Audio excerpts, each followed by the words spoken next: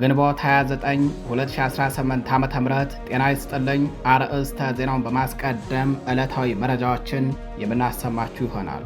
የአንዳቤት ብርጌድ የሰርጂካል ኦፕሬሽን ምድብተኞች በወሰዱት መብረቃዊ እርምጃም የጠላት ኃይል አከርካሪን ሰብረው አንጸባራቂ ድል ማስመዝገባቸው ታወቀ። የፋኖ የከተማ ውስጥ የውጊያ ብቃት በገሃድ በታየበት በዚህ ተጋድሎ የሻምበል አዛዡን ጨምሮ 7 ያገዛዙ ወታደሮች ሲደመሰሱ 8 ክላሽንኮቭ እና ሌሎች የጦር መሳሪያዎች በፋኖ ቁጥጥር ስር መዋላቸው ታውቋል። መረጃውን ታደምጡታላችሁ። በሌላኛው መረጃችን የምኒልክ ዕዝ አርበኞች ከጋሸና ከተማ በቅርብ ርቀት ልዩ ስሙ አርቢት ኪዳነ ምሕረት ተብሎ በሚጠራው ስፍራ በወሰዱት የቆረጣ እርምጃም ከ16 በላይ ያገዛዙ ወታደሮችን በመደምሰስ የጠላትን አከርካሪ ሰብረው አንጸባራቂ ድል መቀዳጀታቸው ተሰምቷል። ዳቦ ሸማኔ የተምዘገዘጉት አርበኞቹ የጠላትን ሰራዊት በቆረጣ ታክቲክ አፍረክርከው በመደምሰስና በማቁሰል ቀሪው ኃይል ሙትና ቁስለኛውን በባጃጅ የጫነ ወደ ዋርላ ኮን ከተማ እንዲሸሽ አድርገውታል። አርበኞቹ የወሰዱት እርምጃ የጠላትን የውጊያ አሰላለፍና ኃይለ ሚዛኑን አናግቶ ደርመስመሱን በማውጣት በሽንፈትና በውርደት ማጥ ውስጥ የዘፈቀ እርምጃ ነው ተብሏል። ተደምጡታላችሁ። በሌላኛው መረጃችን የአማራ ፋኖ ብሔራዊ ንቅናቄ የአፍሪካ ህብረት በጦርነትና በፖለቲካ መታፈን ውስጥ ላለችው ኢትዮጵያ ለተካሄደው የይስሙላ ምርጫ የሰጠውን እውቅና በጽኑ ተቃወመ። ንቅናቄው ለህብረቱ ኮሚሽን ሊቀመንበር በላከው ይፋዊ ደብዳቤም በአማራ ክልል ከሚገኙ የምርጫ ጣቢያዎች መካከል 97.3 በመቶ የሚሆኑት በጦርነት ምክንያት ምርጫ ለማካሄዳቸውን በሰነድ አጋልጦ የህብረቱ ውሳኔ የዲሞክራሲ መርሆችን የሚነድና የአህጉራዊ ተቋማትን ታማኝነት ጥያቄ ውስጥ የሚከት መሆኑን በስፋት አብራርቷል። መረጃውን በዝርዝር ታደምጡታላችሁ። በተያያዘ ዜና የብልጽግናው አገዛዝ አካሂጀዋለሁ ለሚለው የይስሙላ ምርጫ ድጋፍ አልሰጡም ያላቸውን ዜጎች በገፍ በማሰርና በመቅጣት እኩይ ተግባር ላይ መሰማራቱ ተሰምቷል። ሀገር አፍራሹና ተላላኪው የብልጽግና አገዛዝ በጎንደር ጠቅላይ ግዛት እስቴ መካነ ኢየሱስና በምዕራብ አማራ ጎጃም ቀጠና ሸበልበረንታ ወረዳዎች የእጅ ጣታቸው ላይ የምርጫ ቀለም ያልታየባቸው ነዋሪዎችና የመንግስት ሰራተኞችን በግዳጅ እየለቀመ በካቴና እያሰረ ደሞዝ በመከልከልና የገንዘብ ቅጣት በመጣል ስነ ልቦናዊና አካላዊ ጥቃት እያደረሰባቸው መሆኑ ተጋልጧል። መረጃውን ታደምጡታላችሁ። ጤና ይስጥልኝ አድማጭ ተመልካቾቻችን፣ እንደምን ዋላችሁ፣ እንደምን አመሻችሁ። ከጣቢያችን እነዚህንና ሌሎች የዛሬ ግንቦት 29 2018 ዓ.ም ዕለታዊ የግንባር መረጃዎችን እንዲሁም ሌሎች የሀገር ውስጥና የጎረቤት ሀገራት መረጃዎችን አጠናቅረን ይዘን ቀርበናል። አብራችሁን ቆዩ።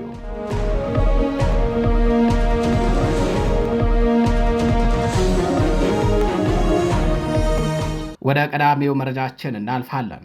የአንዳቤት ብርጌድ የሰርጂካል ኦፕሬሽን ምድብተኞች በወሰዱት እርምጃም 7 ያገዛዙ ወታደሮችን በመደምሰስ 8 ክላሽንኮቭ መሳሪያ ማርከው መታጠቃቸው ታወቀ። በአማራ ፋኖ ብሔራዊ ንቅናቄ በላይ ዘለቀ ዕዝ ሜጀር ጀነራል ዋንታ ባተኮር ጉና ክፍለ ጦር ስር የሚገኙት የአንዳቤት ብርጌድ የሰርጂካል ኦፕሬሽን ምድብተኞች ዛሬ ግንቦት 29 2018 ዓ.ም ማለዳ በፈጸሙት መብረቃዊ ጥቃት የጠላት አከርካሪን ሰብረው አንጸባራቂ ድል መቀዳጀታቸውን ክፍለ ጦሩ ለመረብ ሚዲያ በላከው መረጃ አስታውቋል። የአንዳቤት ብርጌድ የሰርጂካል ኦፕሬሽን ምድብተኛ አርበኞች ሊመከት የማይችል የከተማ ውስጥ ውጊያ ስልትን በመጠቀም ዛሬ ግንቦት 29 2018 ዓ.ም ማለዳ ላይ በአንዳቤት ወረዳ ውስጥ በወሰዱት እርምጃ 7 የብልጽግና ወታደሮችን የገደሉ ሲሆን ከሟቾች መካከል የሻምበል አዛዡና ሌሎች አመራሮች እንደሚገኙበትም ከአስከሬናቸው ላይ በተገኘ መታወቂያ ታይቷል። በተጨማሪም 8 ክላሽንኮቭ መሳሪያ፣ 1 አብራራው መሳሪያና 2 የደረት ትጥቆች ከሌሎች ወታደራዊ ቁሳቁሶች ጋር በአርበኞቹ ቁጥጥር ስር ሲውሉ 1 የአድማ ብተና አባልም እጅ ከፈንጅ መማረኩ ታውቋል። የጠላት ኃይል ከወደ ፋኖ የተሰነዘረበትን መብረቃዊ እርምጃ መቋቋም ባለመቻሉ ሙትና ቁስለኛውን የሚሰበስብበት ፋታ አጥተው በመፍረክረክ እግሬ አውጪ መፈርጠጡን ነው የጉና ክፍለ ጦር በህዝብ ግንኙነት ክፍሉ በኩል ለመረብ ሚዲያ በላከው መረጃ የገለጸው። ወደ ሌላኛው መረጃችን እናልፋለን። የምኒልክ ዕዝ አርበኞች ከጋሸና ከተማ በቅርብ ርቀት ልዩ ስሙ አርቢት ኪዳነ ምሕረት ተብሎ በሚጠራው ስፍራ በወሰዱት የቆረጣ እርምጃም ከ16 በላይ አገዛዙ ወታደሮችን በመደምሰስ የጠላትን አከርካሪ ሰብረው አንጸባራቂ ድል ተቀዳጁ። አርበኞቹ የወሰዱት እርምጃ የጠላትን የውጊያ አሰላለፉንና ኃይለ ሚዛኑን አናግቶ ደርመስመሱን በማውጣት በሽንፈትና በውርደት ማጥ ውስጥ የዘፈቀ እርምጃ ነው ተብሏል። በአማራ ፋኖ ብሔራዊ ንቅናቄ ወሎ ቤተ አማራ ምኒልክ ዕዝ 106ኛ ኮር 22ኛ ክፍለ ጦር ዛሬ ግንቦት 29 2018 ዓ.ም ማርፈጃውን ከጋሸና ከተማ በቅርብ ርቀት ልዩ ስሙ አርቢት ኪዳነ ምሕረት ተብሎ በሚጠራው ስፍራ በወሰዱት እርምጃ የጠላትን አከርካሪ ሰብረው አንጸባራቂ ድል ተቀዳጅተዋል። እንደ አቦ ሸማኔ የተምዘገዘጉት አርበኞቹ የጠላትን ሰራዊት በቆረጣ ታክቲክ አፍረክርከው በመደምሰስና በማቁሰል ቀሪው ኃይል ሙትና ቁስለኛውን በባጃጅ እየጫነ ወደ ዋርላ ኮን ከተማ እንዲሸሽ ያስገደደ አንጸባራቂ ድል አስመዝግበዋል። ዛሬ ግንቦት 29 2018 ዓ.ም ከረፋዱ 2 ሰዓት ላይ መነሻውን ከጋሸና ከተማ አድርጎ ወደ መቄት ገረግራ በመንቀሳቀስ ላይ የነበረው የአገዛዙ ሰራዊት ሊመከት የማይችል ጥቃት ተከፍቶበት ከባድ ኪሳራን ከግር ጥፍሩ እስከ ራስ ፀጉሩ ተከናንበዋል። አርበኞቹ የጠላትን እንቅስቃሴ አቅጣጫ አፈንፍነው በመድረስ የውጊያ አሰላለፉና ኃይለ ሚዛኑን አናግተው ደርመስምሱን አውጥተውበታል። በተጋድሎ 9 ወታደሮች ተገድለዋል። ከ17 በላይ የሚሆኑት ደግሞ በጽኑ ቆስለው ለሕክምና በባጃጅ ወደ ዋርላ ኮን ከተማ ተወስደዋል። ቁስለኛ ያገዛዙ ወታደሮች በባጃጅ ተጭነው ለሕክምና ወደ ኮን ጤና ጣቢያ ሲወሰዱ በሲቃ ሲጮሁ እንደነበር የዓይን እማኞች ገልጸዋል። የብልጽግና ተላላኪዎች የፋኖን መብረቃዊ ጥቃት መቋቋም አቅቷቸው እንደ ቅጠል የረገፉበት የፋኖ የጀግንነት ጥበብ በጠላት ላይ ተጽዕኖን ያሳረፈበት አውደ ውጊያ እንደነበረም ተገልጿል። የተከበራችሁ አድማጭ ተመልካቾቻችን መረጃዎቻችን እንደቀጠሉ ናቸው። ወደ ሌላኛው መረጃችን እናልፋለን።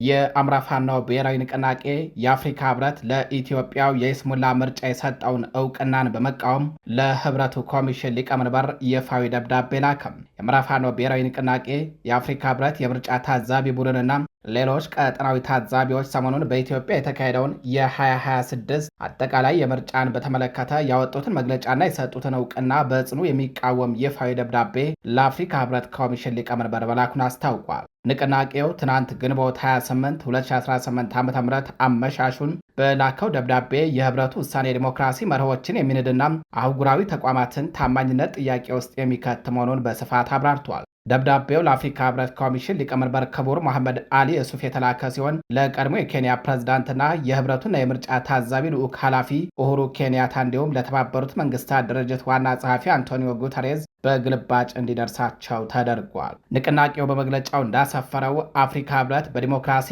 ምርጫና አስተዳደር ቻርተሩ ላይ ያስቀመጠውን ነጻ፣ ፍትሐዊ፣ አሳታፊ ተወዳዳሪ ምርጫ መስፈርትን ወደ ጎን በመተው አብዛኛው የአገሪቱ ክፍል በከባድ ጦርነትና ለመረጋጋት ውስጥ ባለበት ሁኔታም የተካሄደውን ምርጫን ህጋዊ አድርጎ ማቅረቡ እጅግ አሳሳቢ ስህተት ነው ሲል ገልጾታል። በሚሊዮን የሚቆጠሩ ዜጎች በጦርነትና በመፈናቀል ምክንያት ድምፅ የመስጠት መብታቸውን በተነፈጉበት እንዲሁም የፖለቲካ ምህዳሩ ሙሉ በሙሉ በታፈነበት ሁኔታ ምርጫውን ዲሞክራሲያዊ ነው ማለት የአፍሪካን የዲሞክራሲ ጣፈንታ አደጋ ላይ የሚጥል መሆኑን ደብዳቤው አብራርቷል። ንቅናቄው ለአህጉሪቱ ተቋማት በላከው ደብዳቤ ላይ በቁጥሩ የተደገፉ መረጃዎችን ያቀረበ ሲሆን በአማራ ክልል ከሚገኙ 11902 የምርጫ ጣቢያዎች ውስጥ ድምፅ የመስጠት ሂደት የተከናወነው በ326ቱ ማለትም በ2.7 በመቶ ጣቢያዎች ብቻ መሆኑን አረጋግጧል። ቀሪዎቹ 11576 ወይም 97.3 በመቶ የሚሆኑት የምርጫ ጣቢያዎች በጦርነት በጸጥታ መደፍረስና መንግስት አካባቢዎቹን ባለመቆጣጠሩ ምክንያት ምንም አይነት ምርጫ እንዳላካሄዱ አረጋግጧል። በተጨማሪም በምርጫው ወቅት በአማራ ክልል ከ100 በላይ ቦታዎችን ጨምሮ ለመላ ሀገሪቱ በ146 ከተሞችና የአስተዳደር ማዕከላት ውስጥ ከባድ ወታደራዊ ግጭቶች ሲካሄዱ እንደነበር በመጥቀስ ይህንን ያህል መጠነ ሰፊ ቀውስ ባለበት ሁኔታ ምርጫ የተሳካ ነው ብሎ ማወጅ እጅግ ከፍተኛ ታሪካዊ ስህተት መሆኑን አስገንዝበዋል።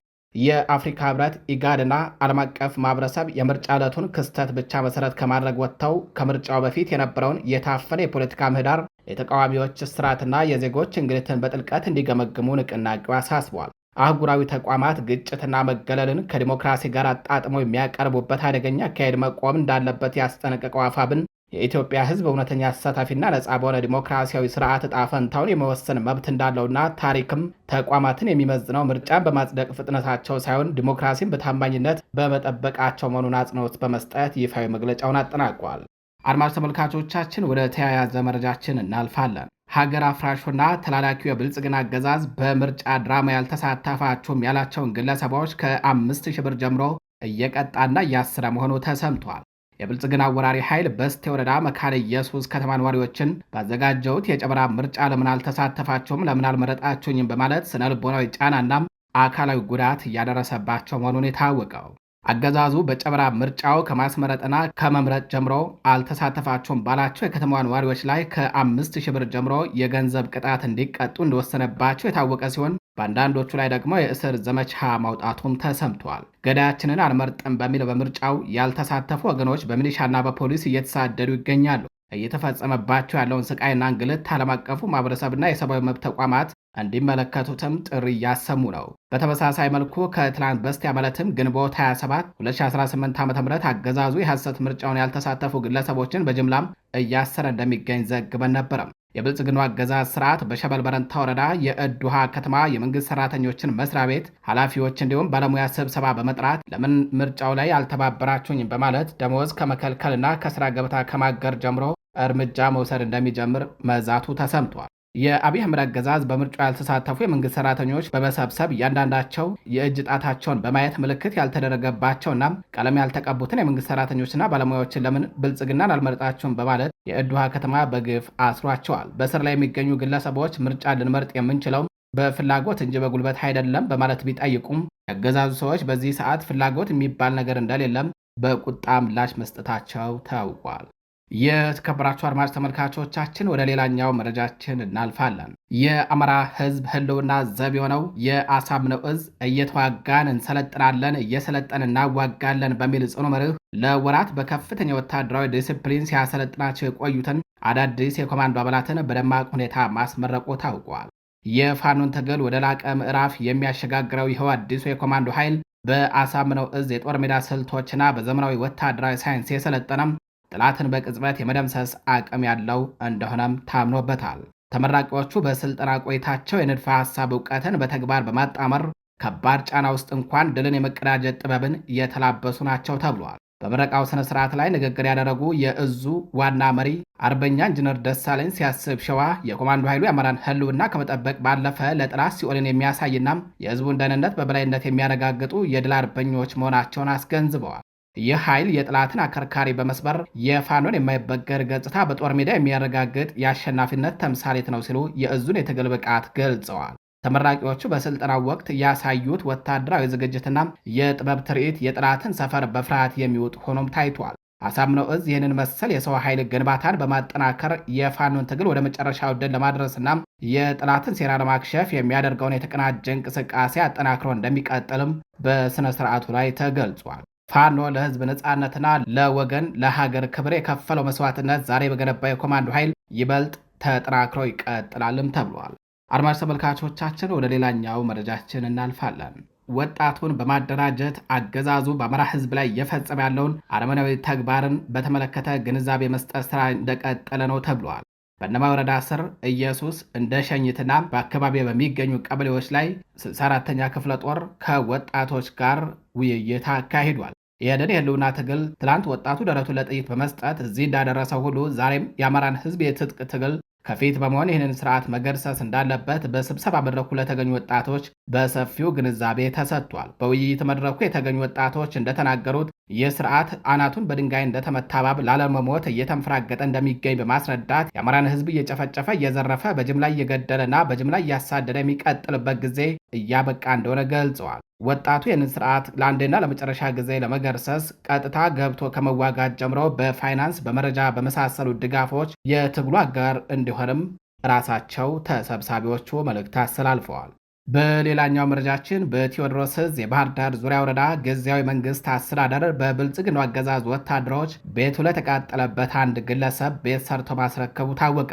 ግለሰቡ መኖሪያ ቤቱን ጨምሮ ሙሉ በሙሉ ንብረቱ የወደመበት ሲሆን ፋኖቹ ከተተኳሽ ቀንሰው ለዚህ ግለሰብ ድጋፍ አድርገዋል። በአማራ ፋኖ ብሔራዊ ንቅናቄ ቴዎድሮስ ዕዝ 102ኛ ኮር 22ኛ ክፍለ ጦር ስር የባህር ዳር ዙሪያ ወረዳ ጊዜያዊ መንግስት አስተዳደር ጨፍጫፊ ወንበዴው አብይ አህመድ ስርዓት በመጣበት መንገድ ሁሉ ሽንፈትን እያከናነበ ይገኛል። ይህ ስርዓት ከወደ ፋኖ የደረሰበትን እርምጃም መቋቋም ሲያቅተው የበቀል በትሩን በንጹሃኖች ላይ በማሳረፍ ንጹሃንን ከመግደል ጀምሮ መኖሪያ ቤትን እያወደመ ሀብት ንብረት እየዘረፈ ይገኛል። በዚህም በባህር ዳር ዙሪያ አቶ ታዘቦ እንዲፍራው የተባለ ግለሰብ ሙሉ ቤቱ የተቃጠለበትና ሀብት ንብረቱም ወድሞበት ነበረ። ስለሆነም የህዝብ ልጅ የሆነው ፋኖ ከተተኳሽ ቀንሶ በአገዛዝ ስርዓቱ መኖሪያ ቤቱ ለተቃጠለበት አቶ ታዘበው እንዲፍራው ለዕለቱ ልጆቹንና ቤተሰቡን የሚያስጠልልበት መኖሪያ ቤት ሰርቶ ማስረከቡን የባህር ዳር ዙሪያ ጊዜያዊ መንግስት አስተዳደር አስታውቋል።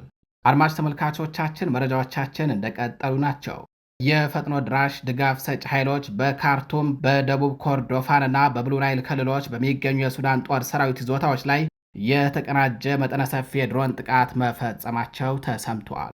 ላለፈው አንድ ዓመት ገደማ ሀገሪቱን እያመሰ ያለው ይህ አውዳሚ ጦርነት አሁን ላይ ሁለቱ ተፋላሚ ወገኖች ስትራቴጂካዊና አጥፍቶ ጠፊ ድሮኖችን በስፋት ወደ መጠቀም መሸጋገራቸውን ያሳየ ሲሆን ይህም የውድመቱን አድማስ ይበልጥ አሳሳቢ አድርጎታል። የፈጣን ድጋፍ ሰጪ ኃይሎች በኢትዮጵያ ድንበር አካባቢ በምትገኘው በደቡብ ኮርዶፋኗ አቡ ጁቤይሃና በብሉ ናይል ዋና ከተማ ዳማዚን በሚገኙ ወታደራዊ ጣቢያዎች ላይ የፈጸሙት ከባድ የአየር ድብደባ የዚሁ የአዲሱ የጦርነት ስልት አካል ነው። በተለይ በብሉ ናይል ግንባር ታጣቂዎቹ ከሱዳን ሕዝብ ነጻ አውጪ ንቅናቄ ሰሜን ጋር በመቀናጀት ስትራቴጂካዊቷንና ከኢትዮጵያ ጋር የምትዋስነውን የኩሩሙክ ከተማን መቆጣጠራቸው የጸጥታ ቀውሱን ይበልጥ አባብሶታል። በሌላ በኩል ጥቃቱን ለመመከት ጥረት ያደረገው የሱዳን ጦር በካርቱም ኦሞዱርማን ከተማ ላይ ያንዣበበችን ድሮን መጥቶ መጣሉን ሲያሳውቅ የአካባቢው ነዋሪዎች ከእኩለ ሌሊት በኋላ ጠንካራ ፍንዳታዎችን መስማታቸውን መስክረዋል።